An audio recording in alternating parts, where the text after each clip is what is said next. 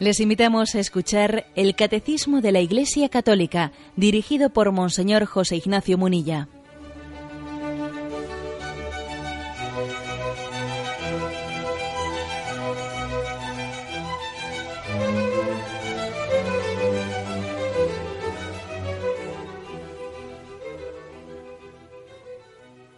Un cordial saludo a todos los oyentes de Radio María. Un día más, con la gracia del Señor, proseguimos con el comentario del Catecismo de nuestra Madre, la Iglesia. Si ayer hicimos un comentario del apartado que tiene como título El misterio de la Navidad, hoy continuamos con el mismo tema porque el siguiente apartado tiene como título Los misterios de la infancia de Jesús, que no es exactamente lo mismo, pero lógicamente se relaciona mucho. El misterio de la Navidad se refiere más al nacimiento mismo de Jesús, y los misterios de la infancia, pues vais a ver que son circuncisión, epifanía, presentación de Jesús en el templo, huida a Egipto. Bueno, pues nos adentramos en ello hasta donde lleguemos.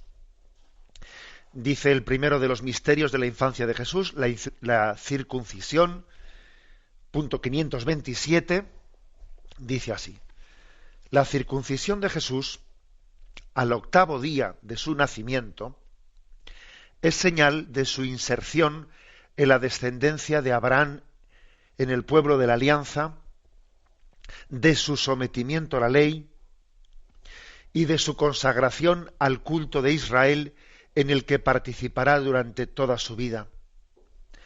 Este signo prefigura la circuncisión en Cristo, que es el bautismo. Bueno, pues, como veis, primeramente se refiere que existe que Jesucristo se sometió plenamente a lo que era el rito de la circuncisión judía. ¿Qué es el rito de la circuncisión?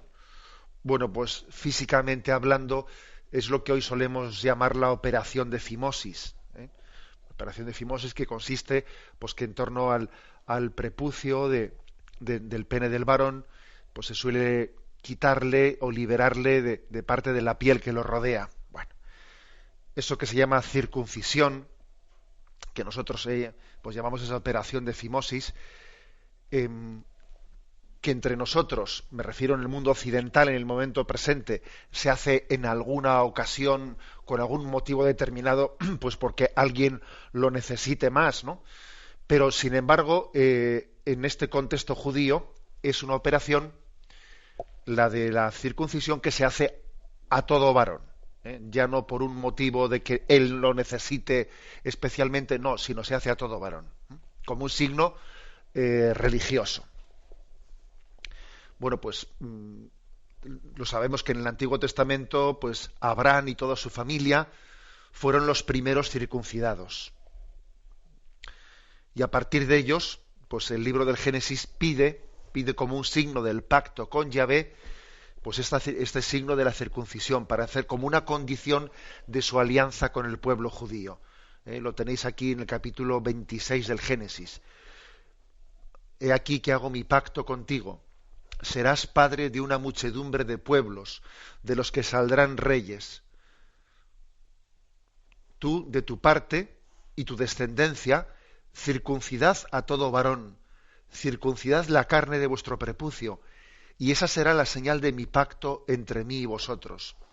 A los 8 días de edad será circuncidado todo varón entre vosotros, de generación en generación, tanto el nacido en casa como el comprado por dinero, a cualquier extranjero que no sea de tu linaje.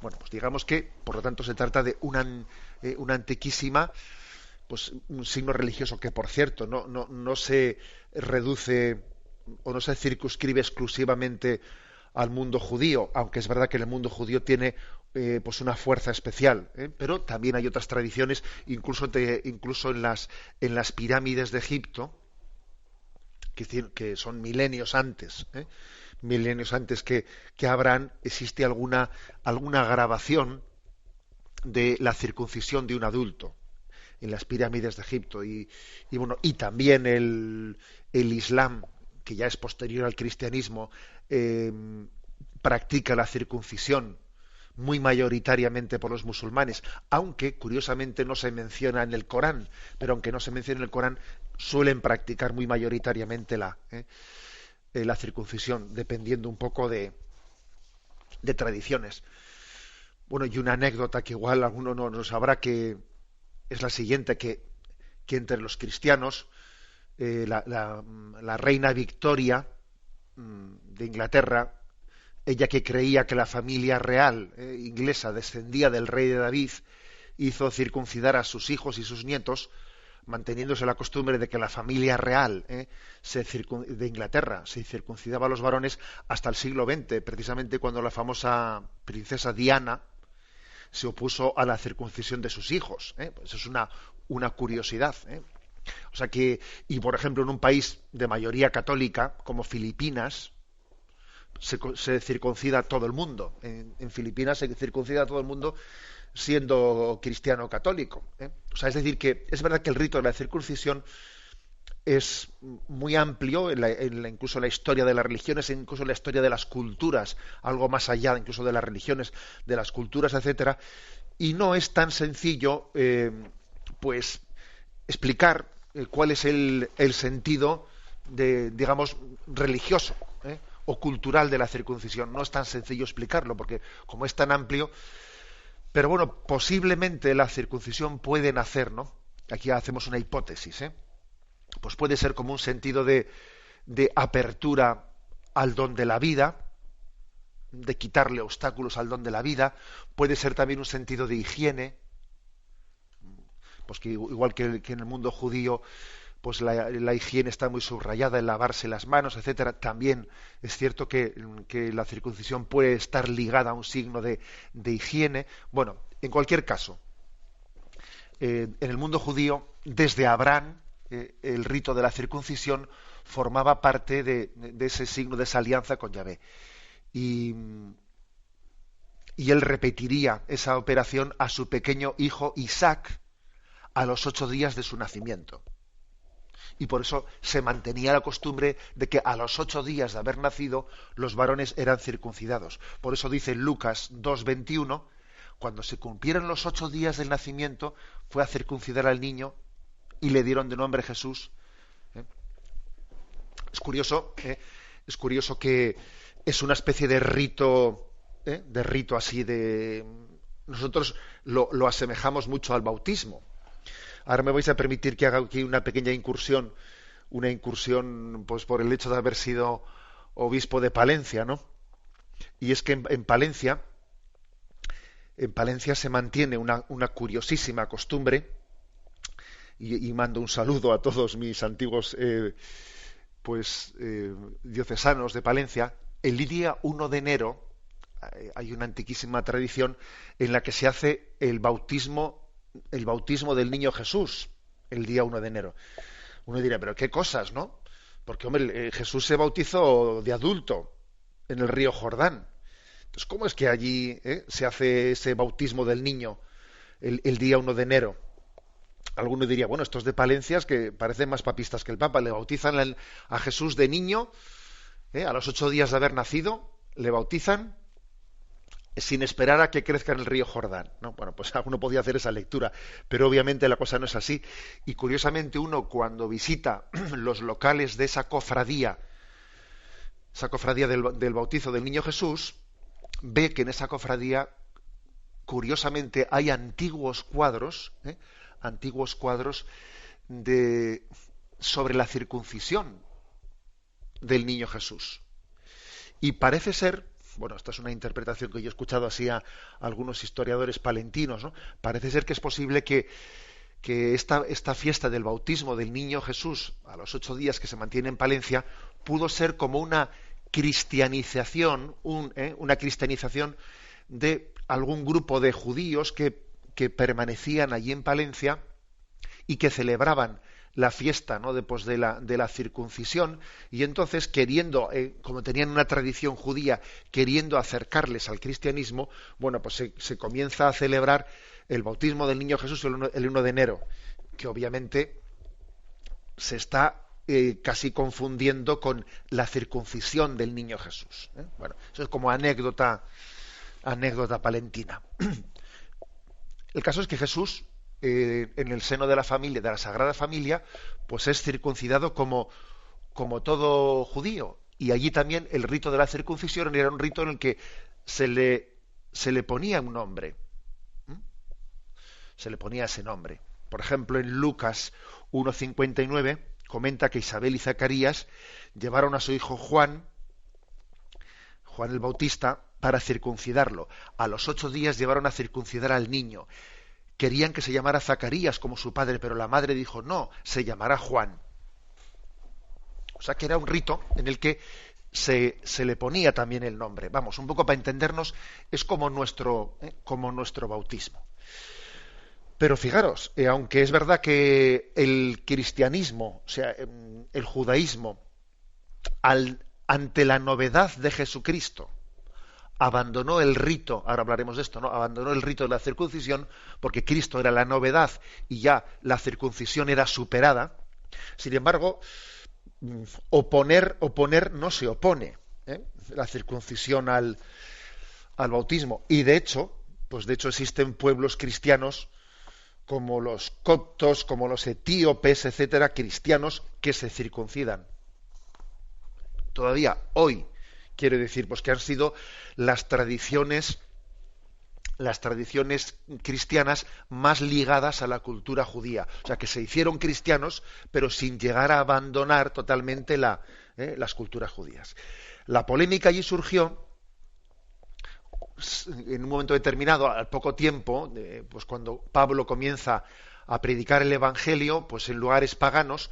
La polémica surgió si al hacer cristianos a culturas que no habían sido judías y por lo tanto no se circuncidaban, si también había que obligarles a circuncidarse a los que no eran judíos. Surgió esa polémica y sabéis cómo finalmente pues triunfó dentro de la primera Iglesia la tesis de que no hay que obligar a circuncidarse a los que no son judíos, porque Cristo es una novedad y la novedad de Jesucristo, la absoluta novedad, no está ligada, o sea, es decir, cumple la promesa del Antiguo Testamento, pero al mismo tiempo es una eterna novedad que la supera. El pueblo judío fue un conducto para llegar a través del cual Cristo vino al mundo, pero ese Cristo ahora es una novedad para todos los pueblos y va más allá del camino utilizado por Dios para llegar hasta nosotros, que fue el de la tradición judía. Por eso nos encontramos, por ejemplo, textos como Romanos 2, 27 y siguientes, en esta polémica entre que si hay que circuncidar o no hay que circuncidar, en el que Pablo dice: y el que siendo físicamente incircunciso, o sea, el que no se ha hecho la operación de la circuncisión, si siendo incircunciso cumple la ley, mira, te va a juzgar a ti, que tú tendrás mucha circuncisión, pero estás incumpliendo la ley. O sea, Pablo le dice a un judío: tú mucha circuncisión, sí, pero ¿de qué te sirve la circuncisión si luego no amas a Dios y al prójimo si no cumples la ley? Mira, no le han hecho la circuncisión y cumple la ley, con lo cual le está diciendo: mira, no es el exterior el que tiene que estar circuncidado, sino es el corazón el que tiene que estar circuncidado. El verdadero judío, Romanos 2:29, lo es en el interior, y la verdadera circuncisión es la del corazón, según el Espíritu. ¿Qué significa circuncidar el corazón? Bueno, pues haciendo una imagen de lo que es la operación física de la circuncisión, ¿no? Pues de liberar el prepucio de la piel que lo oprime, pues es como decir: mira, circuncidar el corazón es quitar de tu corazón todo aquello que te impide amar, que te impide ser libre para entregarte a Dios y para responder a Dios. Circuncidar el corazón es quitar todo aquello que nos impide, ¿no? Todos los apegos del corazón. Ese es un corazón, ¿no? Circuncidado, un corazón libre, libre para amar. Bueno, pues esta fue finalmente, digamos, en qué confluyó, el signo en qué derivó el signo de la circuncisión. Pero Jesús, aquí lo que se está afirmando es que hasta que él dio, ¿no?, el pleno sentido al signo de la circuncisión, que finalmente la circuncisión pues se traduce en el bautismo, para entendernos, ¿no? Se traduce en que mi corazón sea de Dios. Pero hasta que llega ese signo, Jesús cumplió el rito de la circuncisión. Y él fue circuncidado por sus padres. ¿Qué significó eso? Aquí dice 3 cosas. Es señal de, primero, inserción en la descendencia de Abraham. O sea, Dios había hecho una alianza con Abraham, le pidió que circuncidase a todos sus descendientes, y mira, ahí tienes el Jesús humilde insertado en la descendencia de Abraham. Jesús cumpliendo toda la ley. Jesús es fiel cumplidor. Es verdad que él va a superar la ley del Antiguo Testamento, pero es curioso, la supera comenzando por cumplirla. Nosotros somos muy tendentes, por cierto, somos muy tendentes a invocar la superación de la ley para no cumplirla. No, Jesús la cumple y la supera. Que es muy típico hoy en día, ¿no?, hacer un discurso de espíritu contra la ley. Entonces, no, aquí lo importante es el espíritu, no la ley. Entonces, yo no cumplo la ley, pero yo cumplo el espíritu. Ya te digo yo. El que invoca el espíritu para no cumplir la ley, es que en el fondo ese confunde el espíritu con su subjetividad. Entonces, esto tiene su importancia. Jesús nos enseña así, a no quedarnos en la letra, a vivir el espíritu, pero cumpliendo la letra. Que es un detalle que no es insignificante. Es una manera de no autoengañarnos, de no meternos goles en propia meta, que tendemos. Bueno. Bien, pues, por lo tanto, primer sentido, Jesús es plenamente obediente a la ley de Israel, se inserta en esa promesa, ¿no? En segundo lugar, Gálatas 4:4 dice aquí. Pero al llegar la plenitud de los tiempos, envió Dios a su Hijo nacido de mujer, nacido bajo la ley, fijaros, dice Gálatas 4:4, nacido bajo la ley. ¿A qué se refiere nacido bajo la ley? Nacido bajo la ley de Israel. Y la ley de Israel mandaba circuncidar a todos. Es decir, Jesús es fiel cumplidor de la ley de Israel. Bueno, he dicho en segundo lugar, pero en realidad es una aplicación de lo primero. Y en tercer lugar dice, y de su consagración al culto de Israel, en el que participa durante su vida, porque la circuncisión es la que le introduce en el culto de Israel. No puede estar en el templo, no puede entrar a la sinagoga el que no esté circuncidado. Es como una condición para poder participar de la liturgia.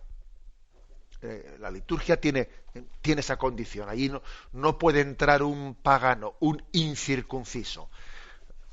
Bueno, pues Jesús comienza, ¿no?, a través de este rito de circuncisión, se consagra en el culto de Israel.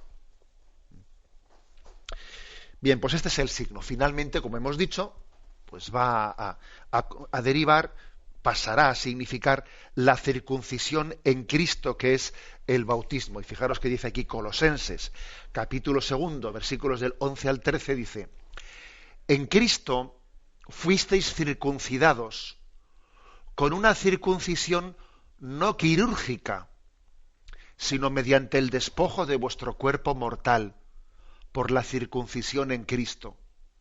Sepultados con Cristo en el bautismo, con Él también habéis resucitado, por la fe en la acción de Dios que resucitó de entre los muertos.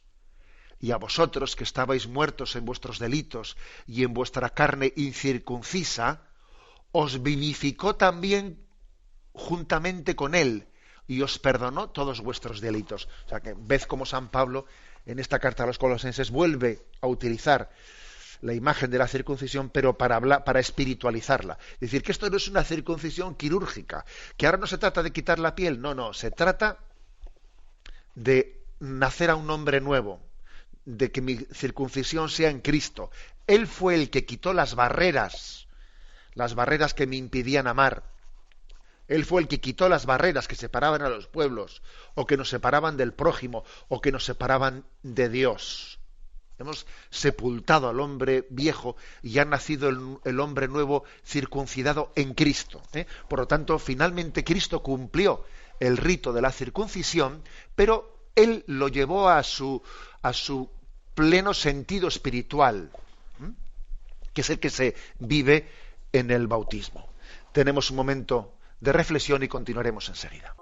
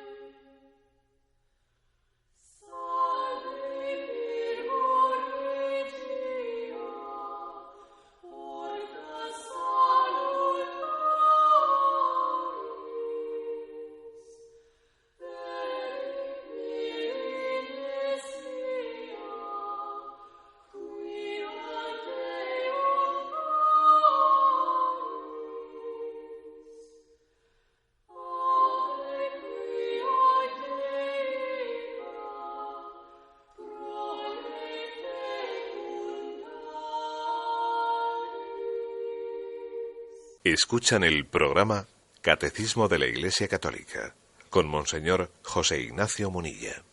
Continuamos en esta edición del Catecismo pasando al punto 528, la Epifanía. La Epifanía es la manifestación de Jesús como Mesías de Israel, Hijo de Dios y Salvador del mundo. Con el bautismo de Jesús en el Jordán y las bodas de Caná, aquí dice, fijarse la antífona de Magnificat de las segundas vísperas de Epifanía, la Epifanía celebra la adoración de Jesús por unos magos venidos de Oriente. Bueno, interrumpo aquí, luego sigo leyendo, pero me imagino que a muchos oyentes les habrá dicho, uy, ¿cómo se mezclan ahí? Qué lío, ¿no? Bueno, pues no es tan lío, pero es verdad que hay en la liturgia del día de la Epifanía, del día de los magos de Oriente, aquí, sabéis que la palabra Epifanía es la fiesta que celebramos el 6 de enero,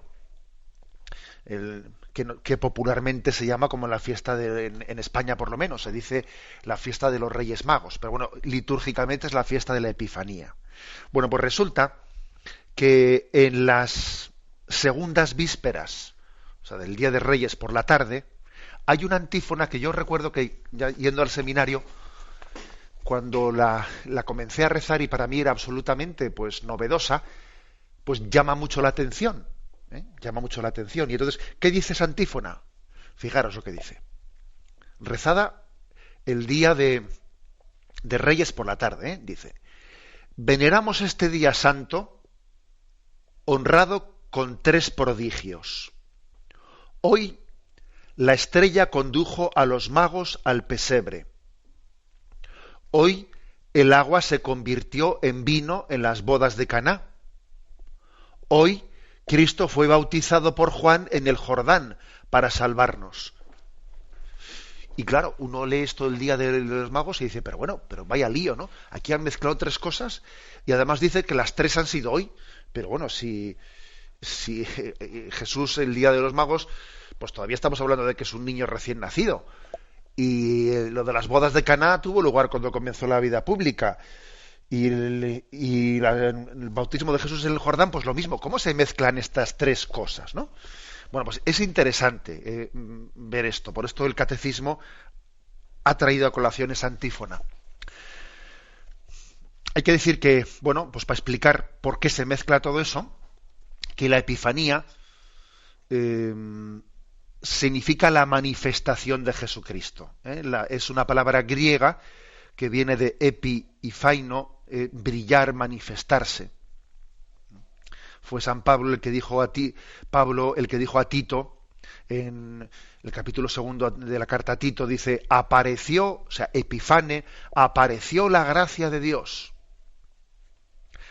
aguardando la dicha que esperamos, la venida, la epifaneia de Jesucristo. Es decir, de ahí viene esa palabra, apareció la gloria de Dios.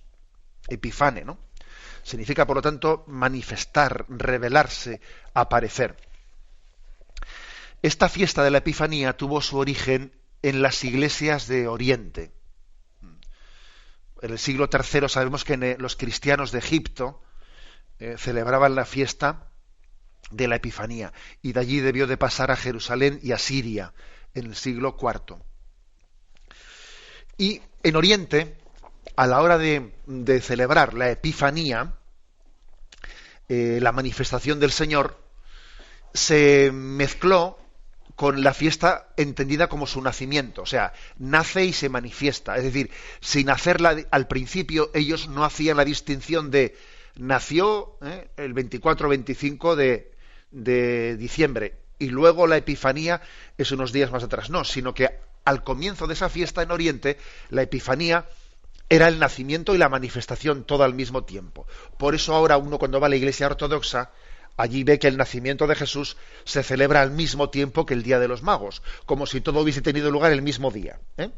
Eso en la Iglesia Ortodoxa es así. ¿Qué ocurrió? Bueno, pues que muy pronto esa fiesta pasa a Occidente, a Roma, a Occidente. Y se produjo como una especie de intercambio. En Occidente comenzó a celebrarse la Epifanía, pero distinguiéndose del nacimiento. Primero el nacimiento y luego al cabo de unos días la Epifanía.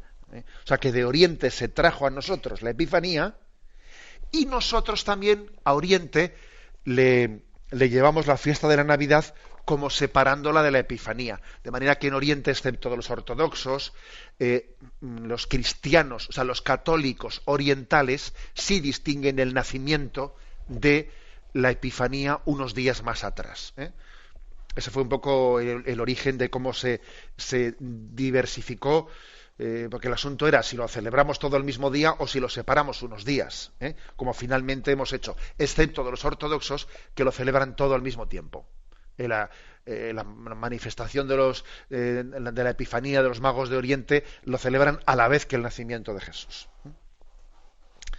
Por cierto, que es muy hermoso ver cuando los cristianos, cuando vamos a Belén y nos metemos en la gruta del nacimiento de Jesús, es hermoso ver cómo en aquel lugar están pegaditos, digo pegaditos, estoy hablando a 3 metros, a 4 metros, igual exagero incluso, 3-4 metros, están el lugar en el que se venera el nacimiento de Jesús del lugar en el que se venera pues la visita de los magos a Jesús. Se venera en la misma gruta, claro, es que era la misma cueva, es que no, era el mismo sitio en el que nació, en el que después posteriormente recibió la visita de los magos, no habían cambiado de lugar, por eso se venera allí los dos sitios.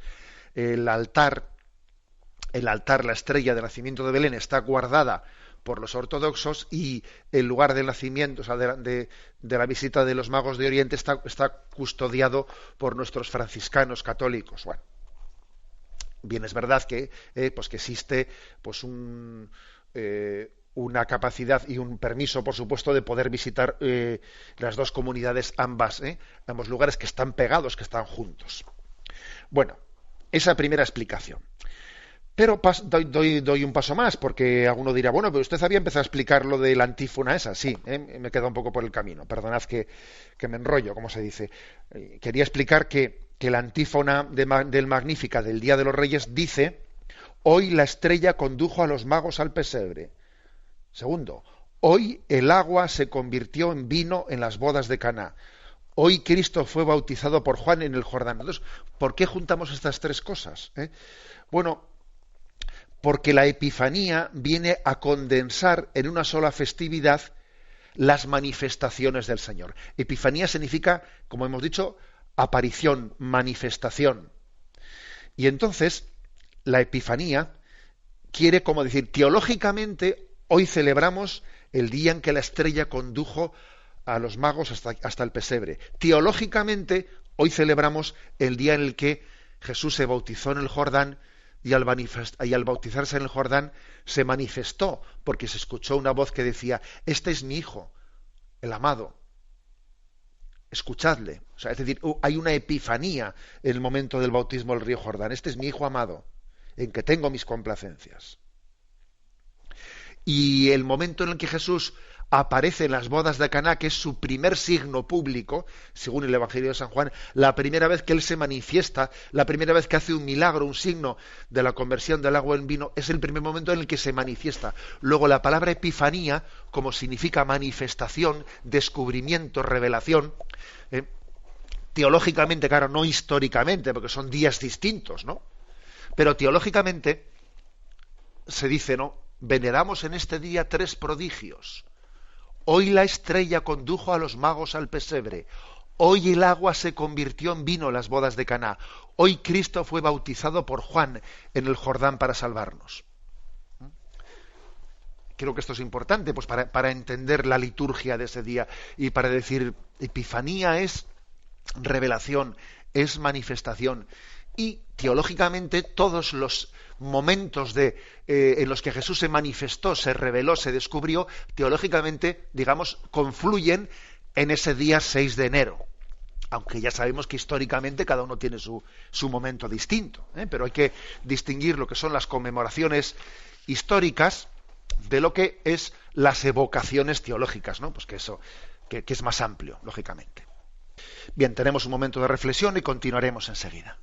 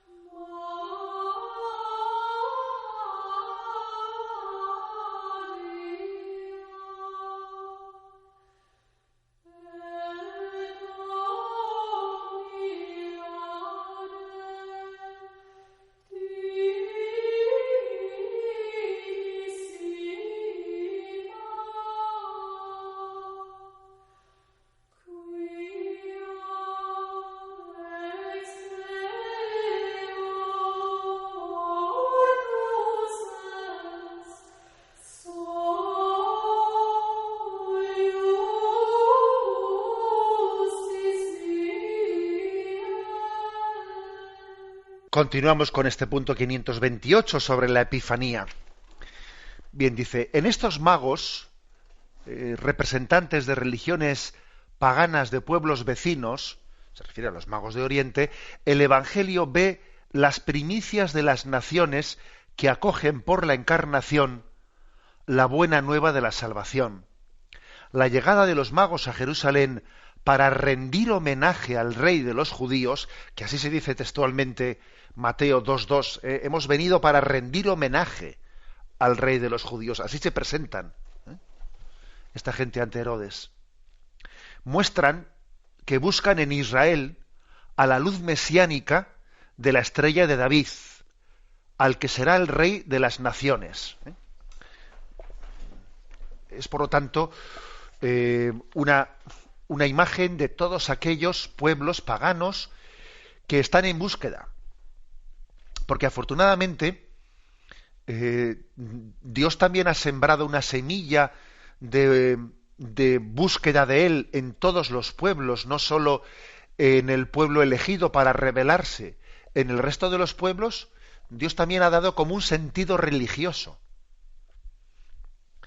Naturalmente hablando, todo hombre ha sido creado con hambre de Dios, con deseo de buscarle. Y algunos de vosotros diréis, pues en algunos no se les nota. Bueno, es verdad que nosotros podemos ahogar, podemos anestesiar, podemos ponernos tapones en los oídos. Y claro que podemos hacerlo. El materialismo, si me permitís la expresión, el materialismo es el opio del pueblo. Este sí que es el opio del pueblo, el materialismo, que puede intentarlo, por lo menos, ahogar esa voz que clama en nosotros y que busca a Dios y que busca el sentido de la vida. Ese hambre y sed de Dios que todos tenemos naturalmente.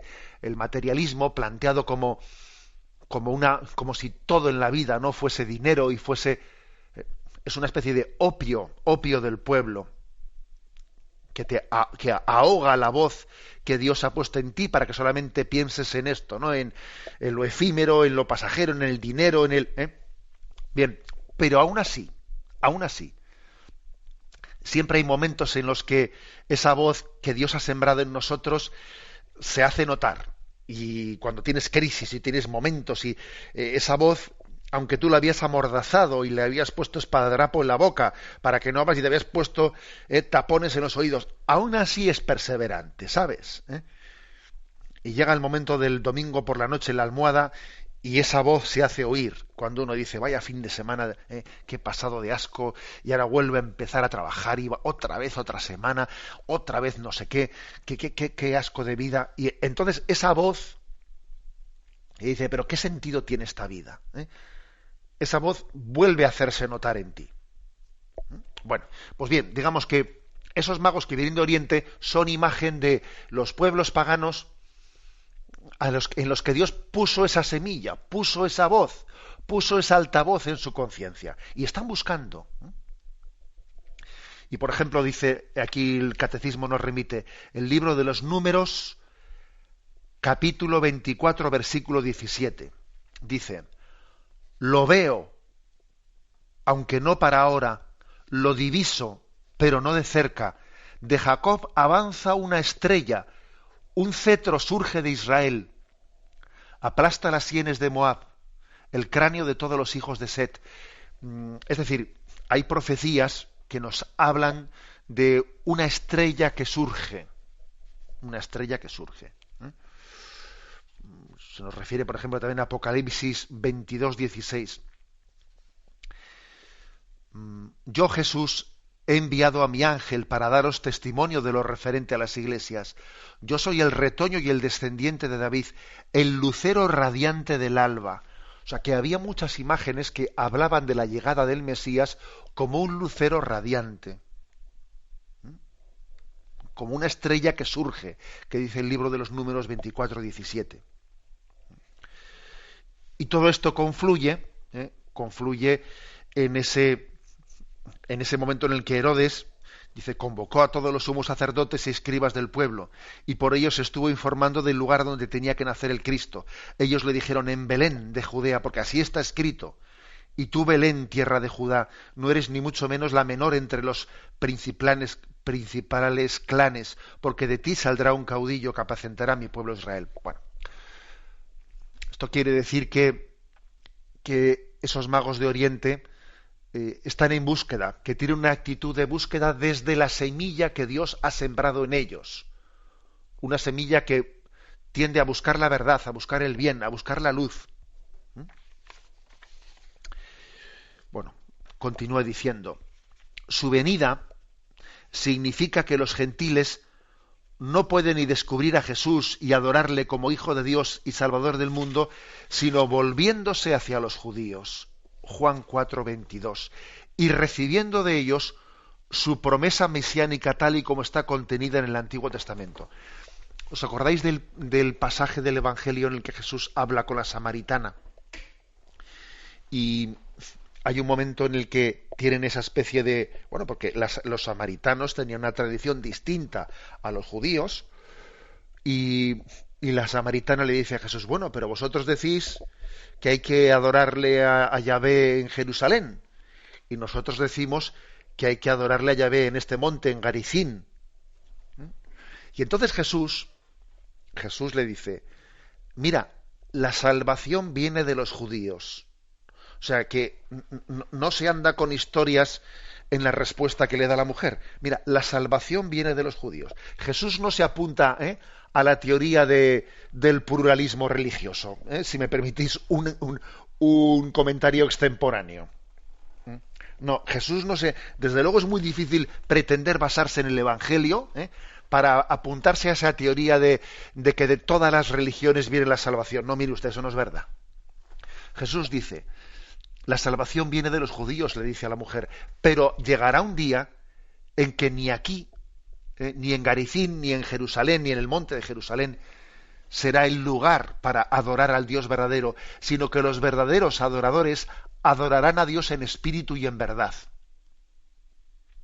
Porque la verdadera adoración a Dios no está ligada a un monte, a una piedra, a un lugar, sino a Jesucristo, al Hijo de Dios que se ha encarnado.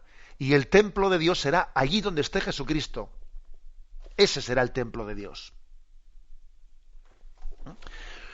Por eso, digamos que esa conversación de Jesús con la samaritana es muy interesante. Es una conversación interesantísima, porque en ella Jesús está afirmando que sí, que es verdad que la tradición judía es el vehículo, el conducto del que Dios se sirve objetivamente hablando para traer la salvación a las naciones. Pero, ojo, pero sin olvidar que es un instrumento, es un instrumento, y que el don de Dios que llega a nosotros, el don de la Epifanía, va a manifestar a Jesús a todos los pueblos. Y como he dicho antes, y no se le pedirá a aquellos que vayan a reconocer al enviado de Dios que sean de la raza judía. No se les va a pedir eso, ni se les va a pedir ser circuncidados, no se les va a pedir. Se les va a pedir sí que reconozcan que el pueblo judío fue el vehículo y el instrumento de Dios para llegar a nosotros. Pero recibimos la salvación no por formar parte del linaje de raza física judía, no, sino la descendencia espiritual, que es distinto.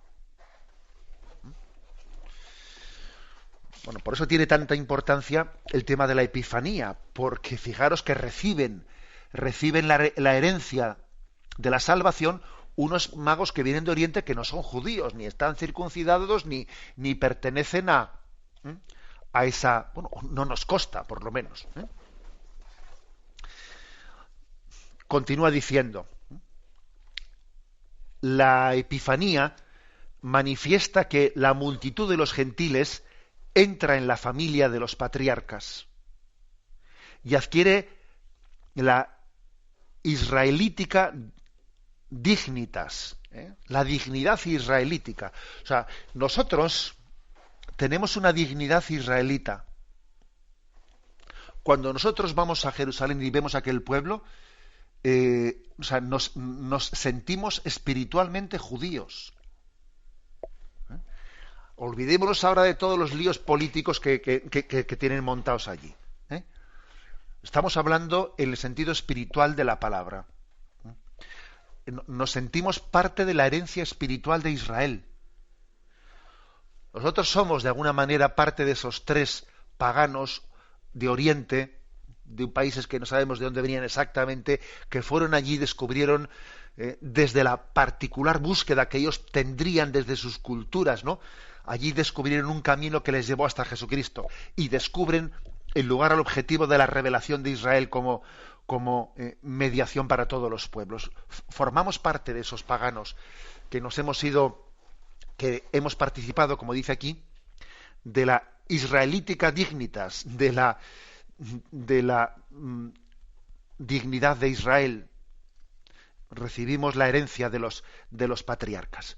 Lo dejamos aquí y damos paso a la intervención de los oyentes. Podéis llamar para formular vuestras preguntas al teléfono 917-107-700. 917-107-700.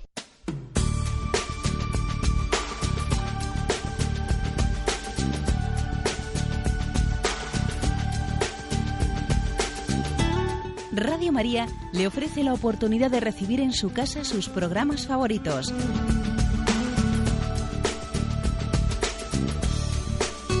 Ahora lo puede hacer a través de nuestra página web www.radiomaria.es o bien llamándonos al 902 500 518. 902 500 518. Pídanos el programa que más le interesa en cualquiera de sus emisiones, especificando el día y la hora que lo ha escuchado. Solo nos tiene que decir si lo quiere en CD de audio o CD o DVD en MP3. haga su solicitud en el 902 500 518 y en www.radiomaria.es. Radio María, más cerca de usted.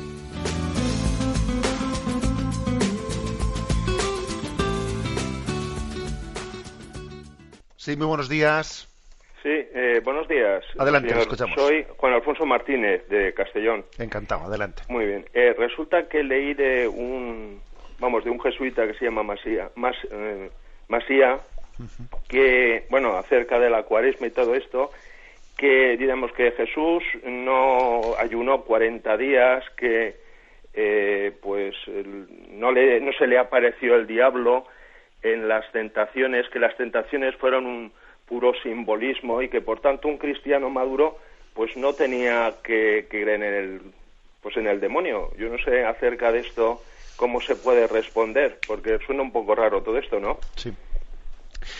Pues mire usted, claro que suena un poco raro y obviamente pues tales afirmaciones están fuera de la fe de la Iglesia, y también le voy a decir en concreto pues que ese jesuita que usted ha mentado pues también ha sido advertido en diversas ocasiones por sus superiores jesuitas y por los obispos de la Iglesia. O sea que es que las cosas son así. O sea, una de las labores que tiene el magisterio de la Iglesia es ejercer también una autoridad para recordar cuál es la fe. Cuando la Iglesia llama la atención a un autor, a un teólogo, y le dice, oiga, que eso que usted está diciendo no es la fe de la Iglesia. Usted no tiene derecho a utilizar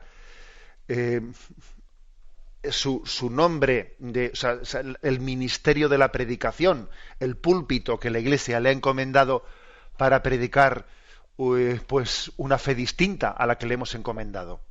No tiene derecho, está usurpando eso. Claro, la Iglesia dice, no, es que la Iglesia tiene que ser madre. Ya, pero es que no se puede ser madre sin ser maestra. Y no se puede ser maestro sin tener una autoridad. O sino que se lo digan a los profesores que hoy en día están en las aulas sufriendo por la crisis de autoridad. O sea, la Iglesia es madre, pero la maternidad conlleva también un magisterio, y el magisterio conlleva una autoridad. Por eso, pues teorías como esas, pues mire usted, pues están fuera de la fe de la Iglesia.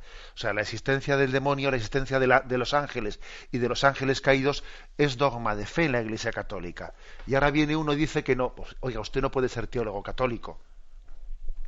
Es más, la palabra ser teólogo supone una comunión con la Iglesia. No hay una teología al margen de la comunión de la Iglesia. Será otra cosa, dele usted otro nombre. Pero este no es el concepto católico de teología.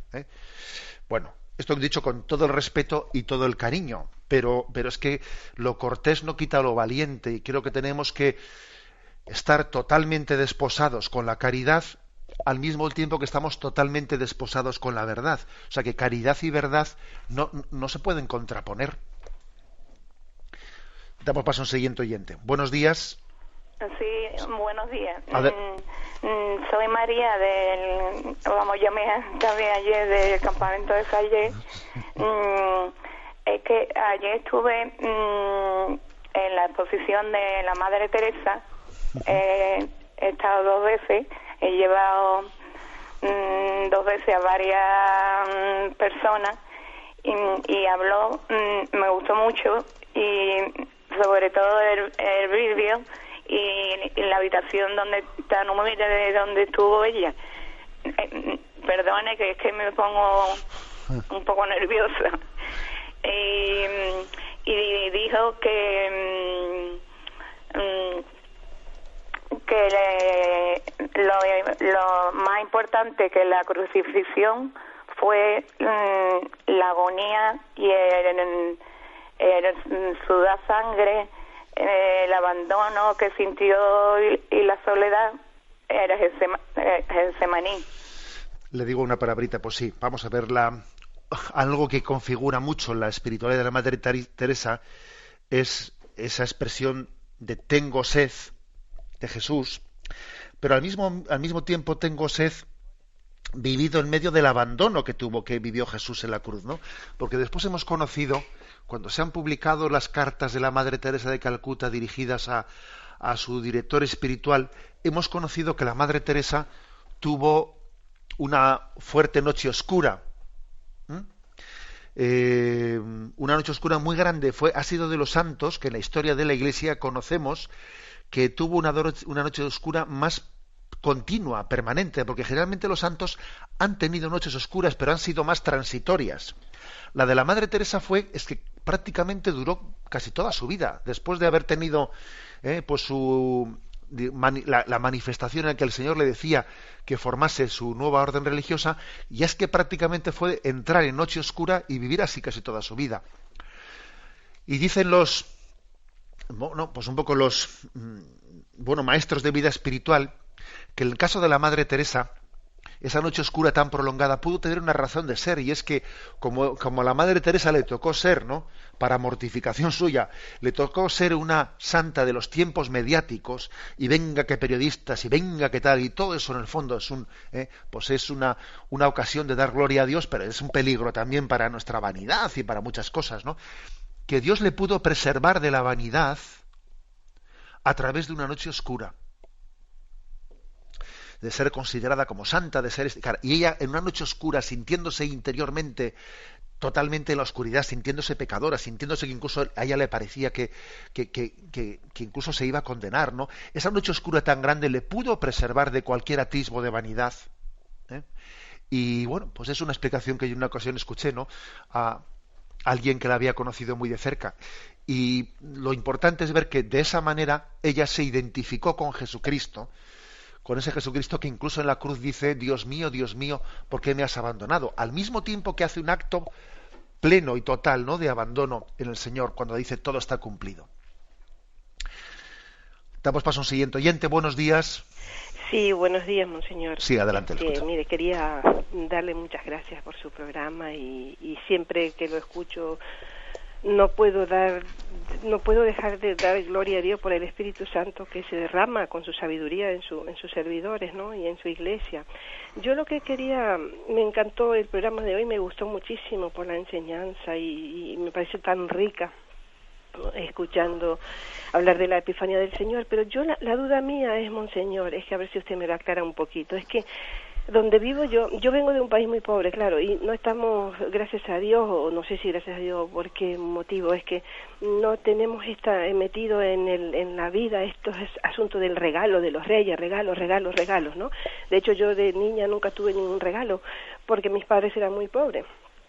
Entonces ahora vivo en este sitio que sí que la gente le da muchísima importancia a la fiesta de los Reyes Magos y las cabalgatas y las cosas, y hay tanta movida y tanto movimiento. Y yo cuando empecé a relacionarme con la gente del lugar, que por ejemplo unas compañeras de trabajo que me decían: mira, es el día más importante de mi vida, el día de los Reyes Magos y tal, y entonces yo le pregunto: ¿qué haces? Y dice: no, porque voy a mi casa, porque en los regalos de mis padres, de mis suegros, de mis abuelos, tal, de todo, ¿no? Entonces yo me voy dando cuenta con mucha tristeza en el corazón que la gente, ¿no cree usted que se paganiza un poco esta fiesta? Porque cuando a la gente, al darle tanta importancia a los regalos y a las cosas materiales, y yo entonces les pregunto: pero van a misa, rezan algo, un Padre Nuestro, o cuando bendicen los regalos, nada, absolutamente, que Jesucristo no está presente en los regalos y en las cosas, en la mentalidad materialista de esta sociedad católica donde vivo yo, porque después voy, claro, a la misa y no hay nadie, en la iglesia está vacía, solamente personas mayores, y eso a mí me duele muchísimo, en el alma, ¿no? Pues mire usted, la verdad que, perdón que le corte porque tenemos poquito tiempo, la verdad es que yo no lo hubiese dicho mejor que usted, ¿eh? O sea, me parece que es así. A países de vieja tradición cristiana como el nuestro, pero secularizados, ¿qué les ocurre? Que nos quedamos con los signos vaciándolos de contenido, ¿no? Es como si nos diesen un plátano y, bueno, pelamos el plátano, tiramos el contenido y nos quedamos con la cáscara. Es exactamente lo que hacemos. Dedicarnos a hacer regalos, ¿no?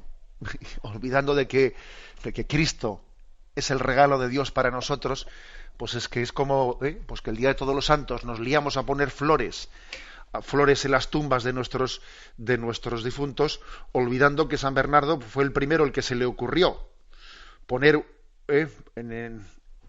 una flor sobre una tumba, después de haber predicado que la muerte no tiene la última palabra, que después de la muerte viene la resurrección y que creemos en la resurrección. Y esta flor la pongo yo aquí como signo de mi fe en la resurrección. Y nosotros con el paso del tiempo pues nos hemos dedicado a poner la flor y hemos perdido la fe en la resurrección. Es decir, que es que tenemos una sociedad que se queda con la cáscara y tira la fruta. Ese es nuestro drama. Ese es nuestro drama. Y viene muy bien que venga alguien como usted y nos lo diga, ¿sabe? Viene muy bien. Usted dígalo y usted predíquelo. Que el hecho de que usted esté pues en este momento, ¿no?, entre nosotros y haya venido de ese contexto, pues quizás tenga más libertad usted que los de casa para poder decir una cosa como esa, ¿no? Y para que resuene a nuestros oídos, ¿no?, nuestras contradicciones. La bendición de Dios Todopoderoso, Padre, Hijo y Espíritu Santo descienda sobre vosotros. Alabado sea Jesucristo.